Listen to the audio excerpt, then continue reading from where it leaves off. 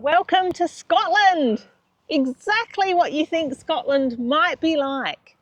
The Nether Largie standing stones, just out in a field. Don't touch them. We don't want you to lose you to Outlander. We're both Outlander fans, aren't we? And we've just seen our first standing stones in a Scottish field, randomly standing there. And there's not one tourist around except for us. So of course we had to stop. Check it out. We might have to battle with the sheep. Yes, looks like it. Standing stones, sheep grazing around the standing stones. We actually just read the sign that said some theories are that they were used for astrology, other theories are that they were used for a meeting place. But one thing seems pretty clear, and if you're an Outlander fan, you'd get it. Don't touch them. If you touch them, many believe that it brings you bad misfortune. So I'm not going to touch them because I'm superstitious. What about you, Aidan? Oh, yeah, I don't think I'll touch them. Are you going to give them a go? No. Because what, I might lose you forever? Yes. Hey? So this is actually pretty cool. There's a car park here and you can just walk through the fields and have a little look for yourself. So, as I said, estimated to be between 3,500 to 5,000 years old. Erected by farmers at the time, because Bronze Age. Yeah, Bronze Age farmers. Even back then they were farming the land. And I guess we'll never really know what they're used for. Can only theorise on that. Doesn't seem to bother the sheep. And they're definitely touching them. Maybe they know something that we don't. Not really game to walk in to see what's in the middle. Sorry? Said I'm not really game to walk in and see what's in the middle.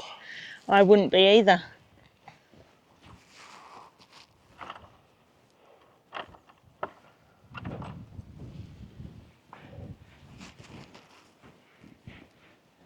There's obviously some sort of chamber down in the middle. So I would have thought when they had the stone circles like this, it would have been for ceremony of some description. Yes. But whether it's to do with death or, because there's definitely something over in the middle, but I'm, for preservation purposes, not going to step on it, but also because we don't know what it all means. So I'll just view from afar. But I think down there is a cairn that we can look at, which is where they used to bury people. Well, entomb them, I guess, in some way.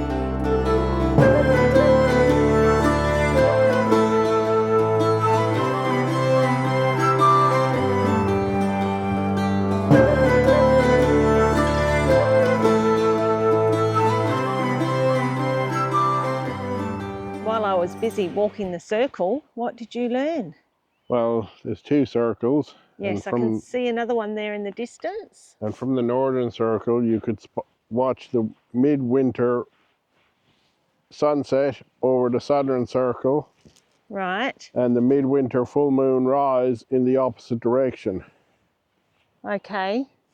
And they actually marked the stones with concentric circles and spirals, possibly symbols of the sun and the southern circle, where it would be on the shortest day of the year.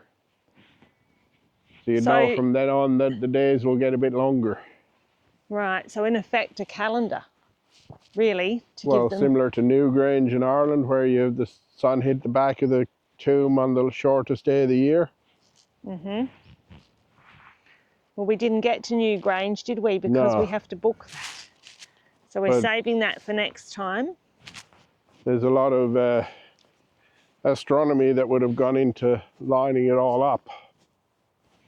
And I know that you're probably think you're done with walking, but we need to just get down there. Hey? We wouldn't have completed this mission if we don't get to see the cairn, will we? Because it kind of ties it all together with how they thought, possibly, and what they use these for. Now, you might have noticed when we're walking around that in a lot of these places at the moment, throughout Ireland and Scotland, they only mow where you need to walk. And Aidan was reading that partly the reason for that is because obviously there's a lot of flowers around at the moment. They're leaving the grasses long for all the bees and pollination, and I absolutely love that. It's awesome. Right, so we just have to walk down here. But I was just saying to Aidan, we left our campsite at 8:55 this morning. Yeah, we're on slow time. And already we've walked through a forest, looked at a historic peat bog, and now we're at Standing Stones Circle, an ancient cairn where they buried people. Well, we don't really know what they did with the people. And we haven't actually travelled more than 15 kilometres. Yes, and we've travelled a whole 15 kilometres. So our journey through Scotland at the moment, I think we're on day 2, are we? Or 3? And it's slow. But we feel like the real touristing has begun now because we've got out of the city limits, which is us, as you know. 5,600 years ago. They were burying people here. This is what they think it might have looked like. So it's really interesting because it's got different sections built in underneath, which we'll have a look at. And they obviously had human bones unburnt, but then they had pots with cremated human remains in. So over the generations, it got used differently, which is really interesting. Very similar to the portal tomb we saw in Ireland.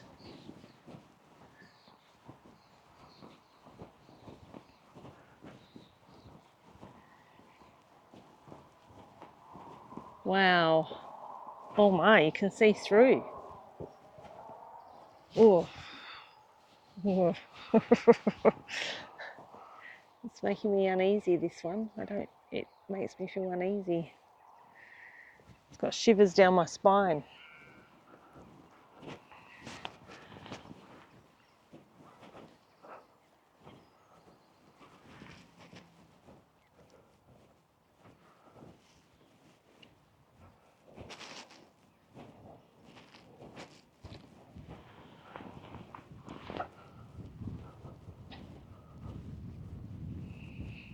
Lovely to see it covered in flowers. At the end of the day, someone, you know, these people lived here, this was their home. It's where they lived and passed away. Do you feel like we're in Scotland now? A bit closer. See? It's a little bit spectacular, isn't it? We'll go for a little walk and show you what we're talking about. We're just trying to work out whether we might be able to camp here or not. Well, there's nothing stopping you. Okay, well, that's a yes. But the park for night app does say that sometimes there's forestry trucks in that park here. Oh, right. Which is probably why there's so much timber lying on the ground. Yes. See, someone's camping there. We're not the only ones that like it wild. Well, that's wild camping in Scotland for you. It is wild camping in Scotland, which is allowed, but technically you're not supposed to do it in a motorhome or a vehicle. Yes. Is what we've learnt. So here we are, heading for the Highlands, or we're still in the mid area, aren't we? We're at the start of the Highlands. Yes. As you can see, we've driven through this beautiful range. And I guess for us, it's just phenomenal how much water there is here. Nice little bridge. It is gorgeous. Imagine how old it is. Yeah, I can only imagine. And we've passed some people fly fishing already. I said to Aidan, we're definitely in fly fishing territory, and we drove past and there was some standing in their waders doing the fly fishing.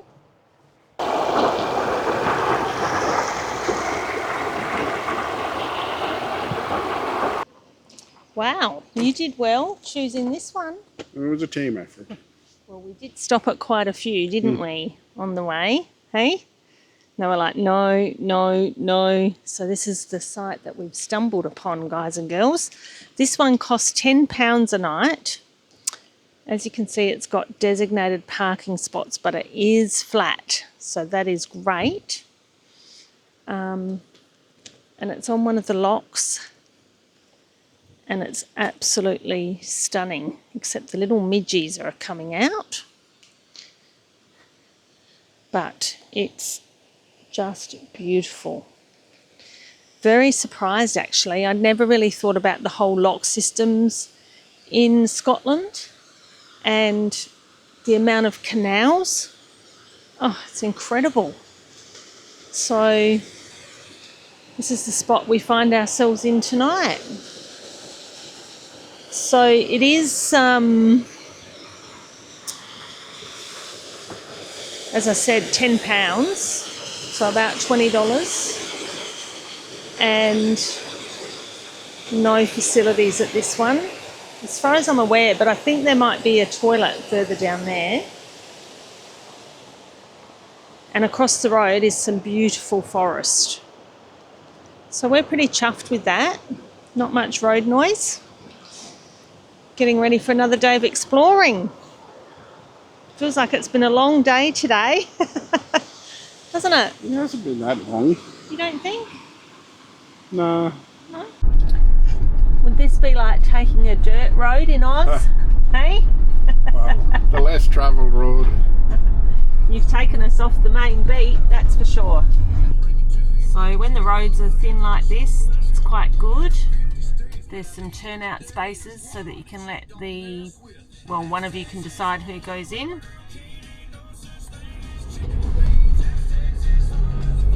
Looks like we're on the Scottish moors now, doesn't it? More like what we thought it might look like.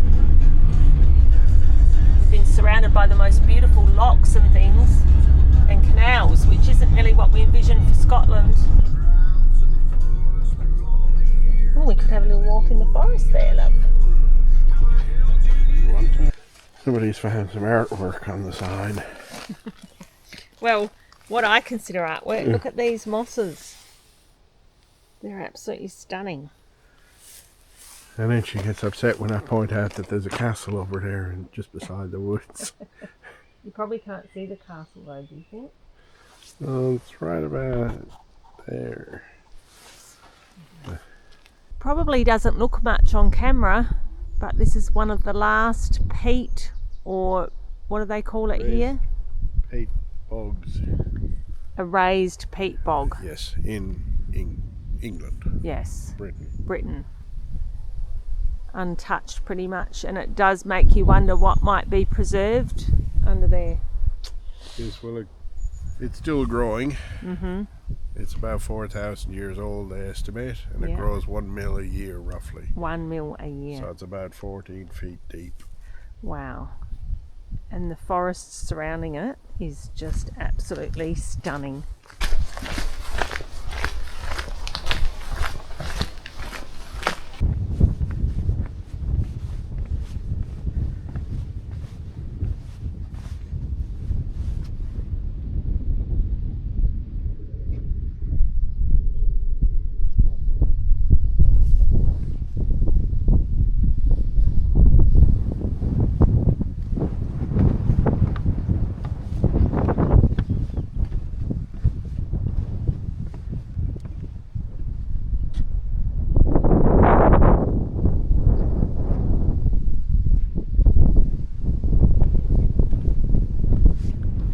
Let's get you back in the car, Adi. Mutton grass, my love.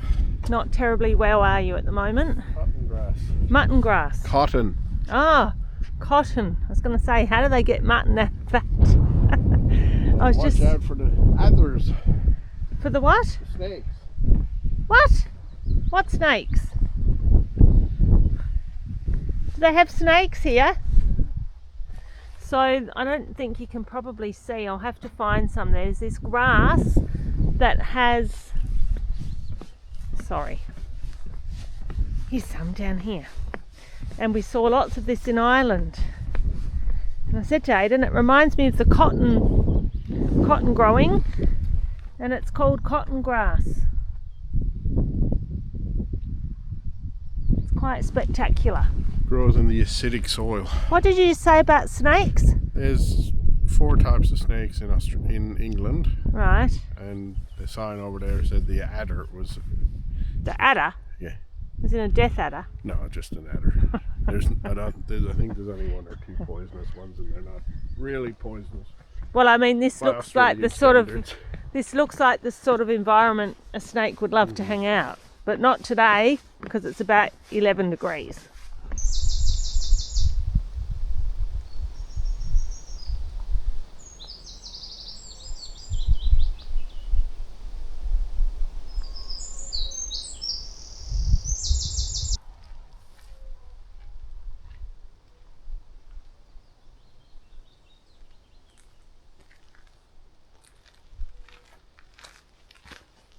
Aidan, I can hear cows. Do you think they might be Highlands? We haven't spotted one yet. I cannot wait to spot my first Highland cow in Scotland. Exciting times.